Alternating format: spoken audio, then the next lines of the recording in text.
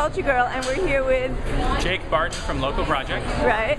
And we are in the BMW Guggenheim Lab, and Jake's about to explain to us the game that his group has devised, which is also, I understand, available online for those who can't actually come here to Houston and Seconds in person. So Jake, tell us a little about it. So Local Projects was asked to create this game, which we called Urbanology, which explores the difficult choices and challenges that cities face when planning for the future. And so it's a series of different questions that groups of people answer in debate. And for example, questions include, will you mandate that car rental companies in the city offer hybrid and electrical vehicles only? Okay. So, and really what it represents when you connect these questions with these tokens, that there are competing interests that make up a city. And when you answer these types of questions, for example, car rental companies versus having hybrid and electric vehicles, it gives you a sense of the types of difficult challenges that cities face when they're trying to figure out how to move forward for the future.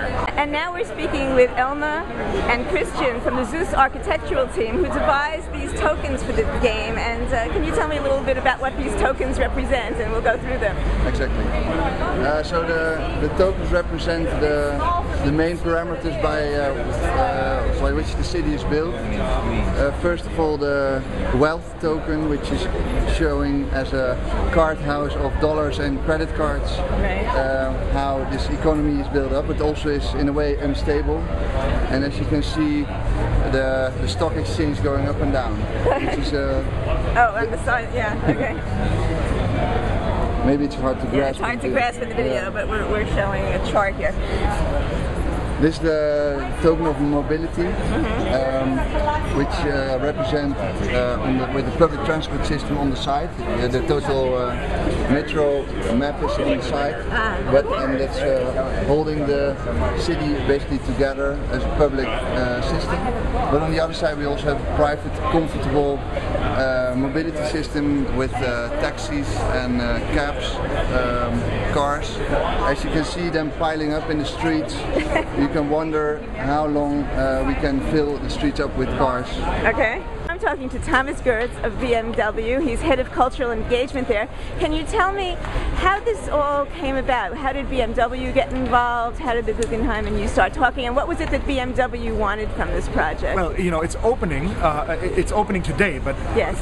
About 2.5 years ago, BMW and the Guggenheim had like closed-door discussions about what is it that we can do together. You know, a great cultural institutions that is, you know, all over the world, like the Guggenheim, that is held in such high regard and esteem. The way we want to be seen as a car company, how can we, when we put our brains together, come up with something great that is now materializing as the BMW Guggenheim Lab that will travel the globe 3 times over within the next 6 years? Yes. What do we want to get out of this? That's a question I'm being asked often. It's not about selling cars, really. Okay, yes. I'm telling you this one right now.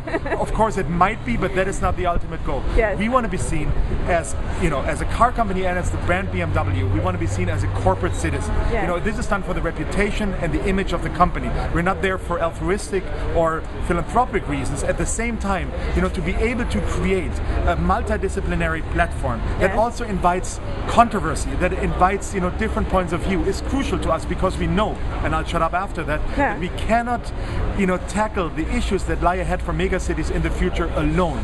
No company can do that. We need to have that dialogue, and that's why we are very proud to be part of that together with the Guggenheim. The theme of this particular lab, confronting comfort, might be seen as confronting BMW. BMW is a comfort luxury car. Thank you very much for that. I couldn't have phrased it better myself.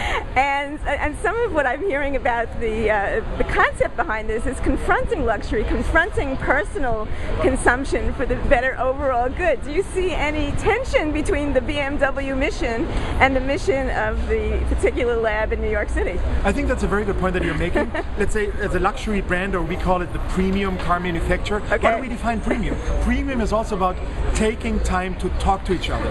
You know, and when we confront comfort, what does that mean? As you know, the lab team and the committee members of the BMW Guggenheim Lab are from China, from Korea, from Japan, from Nigeria, from Zimbabwe, from Argentina, and so forth. So from all different ways and means of life. Yes. To the Nigerian lab member, he's talking about comfort, and he says water coming out of a faucet, a light bulb actually working. That is comfort to some people in Nigeria. What is comfort to us, you know, being raised in the rather spoiled cities of the Western Hemisphere. So all of these issues are coming together, and confronting means that we don't just sit still and think about comfort as something that is fixed, but something that can be, talked about and be discussed. And I think this is where all the global aspects come together.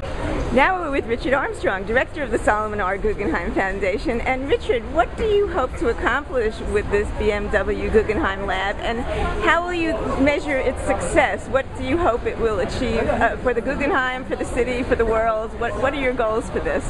Well, on a selfish basis, I expect to meet dozens of incredibly brilliant people whom I may not have ever met previously and already have met some of them. Yes. I think it'll be difficult to measure, but possible. And the principal achievement would be to have big impact on the discourse of what the city can be, and maybe more importantly, what it should be. Do you have any specific ideas on that you'd like to see happen? I mean, what are you hoping will occur? I think I'm like you. I'd like a widely democratic city in the future that has nothing but opportunity for people, and that the so-called wrong side of the tracks is open and available, and that inquisitive people have unlimited possibilities. And how can a project like this help to further that? In what specific ways will it move that along? One thing I think that we should be cognizant of is that it's important to listen on our side. You know better than a lot of people how cloistered museum society can be, well-meaning, but basically speaking to itself over and over again. Very important to listen. And I think the other way that we can see change